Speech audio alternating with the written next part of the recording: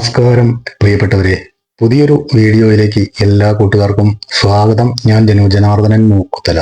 കന്യാകുമാരിയിലെ മനോഹരമായ കാഴ്ചകളോട് വിട പറഞ്ഞ് ഞങ്ങൾ തിരുവനന്തപുരത്തെ ശ്രീ പത്മനാഭസ്വാമി ക്ഷേത്രം ലക്ഷ്യമാക്കി യാത്ര തിരിച്ചു. തമിഴ്നാടിന്റെ അതിർത്തി പിന്നിട്ട് കേരളത്തിന്റെ മണ്ണിലേക്ക് പ്രവേശിച്ചപ്പോൾ തന്നെ വഴിയോരങ്ങളിൽ കേരള തനിമയുടെ മനോഹരമായ കാഴ്ചകൾ കണ്ടു തുടങ്ങി. യാത്രയിൽ ഞങ്ങൾ ആദ്യം എത്തിയ പ്രധാന ടൗൺ നെയ്യാറ്റിൻകരയാണ്. ഐതിഹ്യങ്ങളും ചരിത്രവും ഉറങ്ങുന്ന ആ മണ്ണിലൂടെ അനന്തപുരി ലക്ഷ്യമാക്കി ഞങ്ങളുടെ യാത്ര തുടർന്നുകൊണ്ടേയിരിക്കുന്നു. വഴിയോരത്തെ തിരക്കും പ്രകൃതി ഭംഗിയും ക്യാമറയിൽ പകർത്തിക്കൊണ്ടുള്ള ഈ യാത്ര ശരിക്കും ആസ്വാദികരമാണ്. നെയ്യാറ്റിൻകര പിന്നിട്ടതുകൊണ്ട് മാത്രം നമ്മുടെ യാത്രയിലെ കാഴ്ചകൾ അവസാനിക്കുന്നില്ല.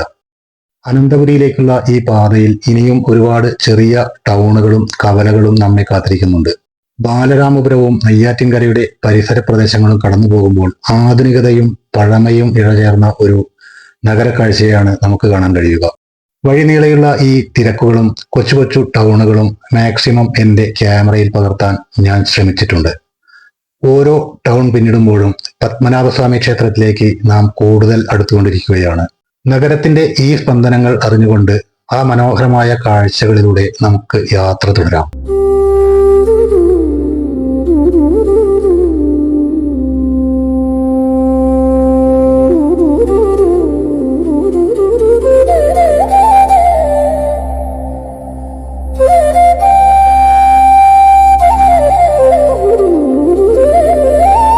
നെയ്യാറ്റിൻകര പിന്നിട്ട് ഇപ്പോൾ എത്തിയിരിക്കുന്നത് നേമം എന്ന നഗരത്തിലാണ്. തിരുവനന്തപുരം നഗരത്തിന്റെ പടിവാതിൽ എന്ന് വിശേഷിപ്പിക്കാവുന്ന നേമം തിരക്ക് പിടിച്ച വിപണികൾ കൊണ്ടും ജനനിബിഡമായ തെരുവുകൾ കൊണ്ടും ശ്രദ്ധേയമാണ്. നേമം കഴിഞ്ഞാൽ പിന്നെ ടൗണുകളുടെ ഒരു നീണ്ട നിര തന്നെ നമുക്ക് കാണാം. ഒന്നിനു പുറകെ ഒന്നായി വരുന്ന ടൗണുകൾ. ഒരിടത്തും നഗരത്തിന് മാറ്റമില്ലാത്തതുപോലെ തോന്നാം.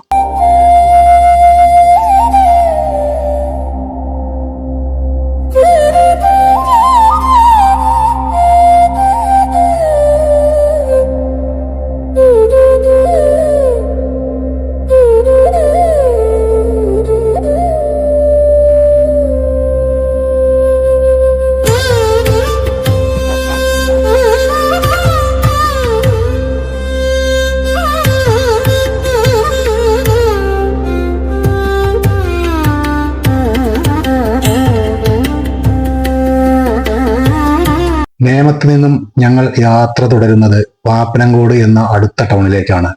ശരിക്കും അത്ഭുതം തോന്നിയത് ഈ യാത്രക്കിടയിൽ ടൗണുകൾ അല്ലാതെ ഒഴിഞ്ഞ സ്ഥലങ്ങൾ എവിടെയും കാണാനില്ല എന്നതാണ്. ഒരേ നിലയിൽ നീണ്ടു കിടക്കുന്ന കെട്ടിടങ്ങളും വ്യാപാര സ്ഥാപനങ്ങളും ജനക്കൂട്ടവും. തിരുവനന്തപുരം ജില്ലയിലെ പ്രധാന നഗരഭാഗങ്ങൾ ഇങ്ങനെയൊക്കെ തന്നെയായിരിക്കുമല്ലോ.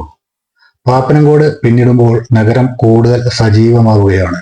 പത്മനാഭസ്വാമി ക്ഷേത്രത്തിന്റെ ചൈതന്യം നിറഞ്ഞു നിൽക്കുന്ന അനന്തപുരിയുടെ ഹൃദയഭാഗത്തേക്ക് ഞങ്ങൾ ഓരോ നിമിഷവും അടുത്തുകൊണ്ടിരിക്കുന്നു.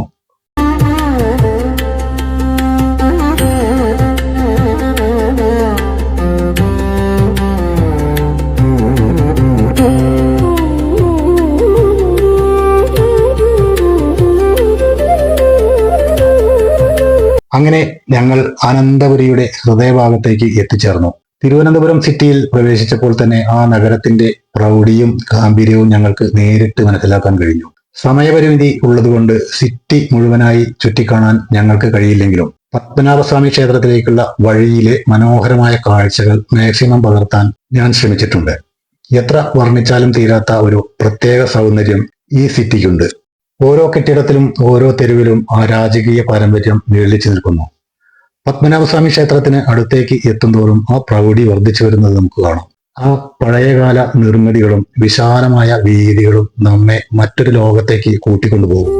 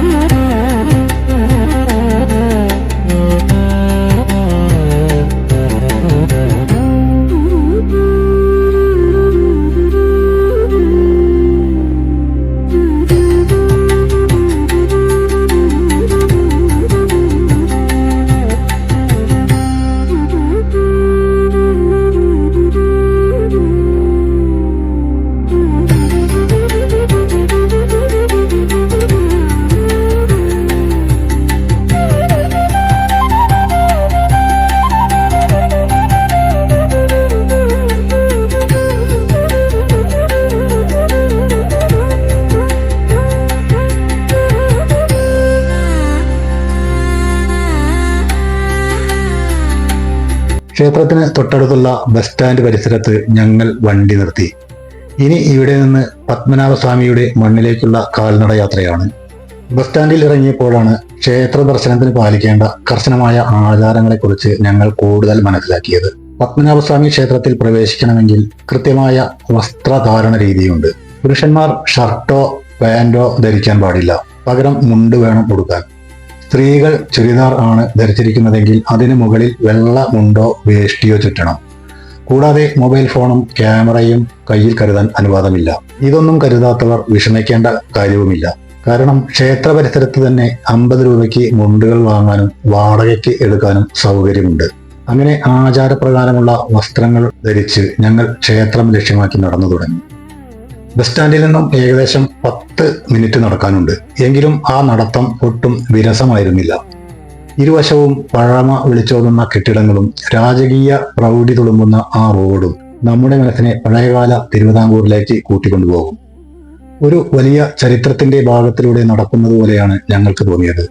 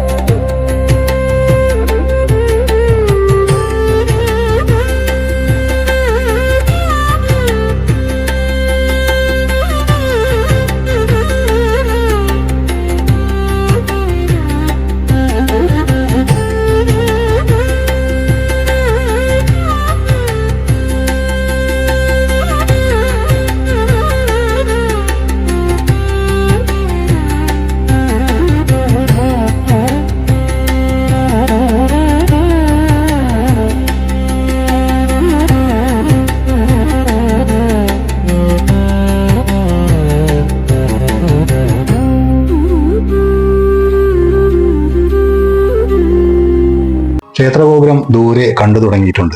ഞങ്ങൾ ക്ഷേത്രം ലക്ഷ്യമാക്കി നടന്നു തുടങ്ങി. ആ നടത്തത്തിനിടയിൽ മനോഹരമായ ഒരുപാട് കാഴ്ചകൾ എനിക്ക് കാണാൻ കഴിഞ്ഞു. ദർശനം കഴിഞ്ഞ് മടങ്ങുന്ന ഭക്തർ, വഴിനീളെയുള്ള മനോഹരമായ കെട്ടിടങ്ങൾ, ശരിക്കും ഒരു രാജകീയ വീതിയിലൂടെയുള്ള യാത്ര.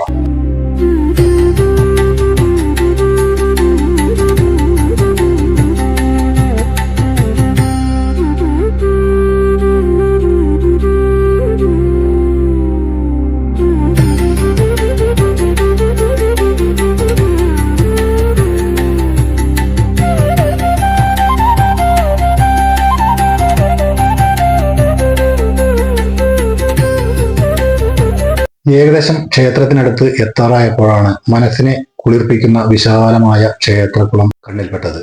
അതിന്റെ കൽപ്പടവുകളും ചുറ്റുമുള്ള മനോഹരമായ നിർമ്മിതികളും അനന്തപുരിയുടെ ഐശ്വര്യം വിളിച്ചോതുന്നതായിരുന്നു. ഈ വഴിയോര കാഴ്ചകളും കുളത്തിന്റെ ഭംഗിയുമെല്ലാം എനിക്ക് ക്യാമറയിൽ പകർത്താൻ കഴിഞ്ഞു എന്നതിൽ തന്നെ വലിയ സന്തോഷമുണ്ട്. എന്നാൽ ക്ഷേത്രത്തിനകത്തേക്ക് പ്രവേശിക്കാൻ എനിക്ക് സാധിക്കില്ല. എന്റെ കൂടെ വന്നവരെല്ലാം ദർശനത്തിനായി അകത്തേക്ക് പോയപ്പോൾ വീഡിയോ ക്യാമറയും മറ്റ് ഉപകരണങ്ങളും കയ്യിലുള്ളതുകൊണ്ട് എനിക്ക് പുറത്തു തന്നെ നിൽക്കേണ്ടി വന്നു. കടുത്ത നിയന്ത്രണങ്ങൾ ഉള്ളതിനാൽ ക്യാമറയുമായി അകത്ത് പ്രവേശനം അനുവദനീയമല്ല. ക്ഷേത്രത്തിനകത്തെ ദൃശ്യങ്ങൾ പകർത്താൻ കഴിഞ്ഞില്ലെങ്കിലും പുറത്തെ ഈ രാജകീയ പ്രൗഢിയും ക്ഷേത്രകുളത്തിന്റെ ഭംഗിയും നിങ്ങൾക്ക് ഇഷ്ടപ്പെടുമെന്ന് കരുതുന്നു. കന്യാകുമാരി മുതൽ തിരുവനന്തപുരം വരെയുള്ള ഈ യാത്രയുടെ വിശേഷങ്ങൾ ഇവിടെ അവസാനിക്കുകയാണ്. വീഡിയോ ഇഷ്ടമായെങ്കിൽ ലൈക്ക് ചെയ്യാനും കമന്റ് ചെയ്യാനും മറക്കരുത്. നിങ്ങളുടെ ഓരോ പിന്തുണയും എനിക്ക് വലിയ വിലയുണ്ട്. മറ്റൊരു യാത്രാവിശേഷവുമായി നമുക്ക് വീണ്ടും കാണാം. അതുവരേക്കും നന്ദി, നമസ്കാരം. ഞാൻ ജനാർദ്ദനൻ മൂക്കുതല. ബായ്.